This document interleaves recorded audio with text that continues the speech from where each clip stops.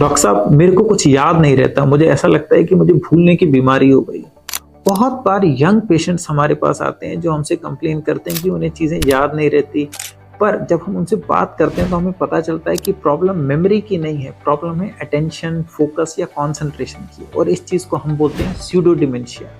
क्या होता है स्यूडो डिमेंशिया? तो मेमोरी के लिए बहुत ज़रूरी है कि 3 स्टेजेस जो हैं वो हम याद रखें। सबसे पहला है कंसंट्रेशन या अटेंशन, फोकस किसी चीज़ को रखने का। उसके बाद होता है मेमोरी का रिटेंशन, और सबसे लास्ट में आता है रिकॉल।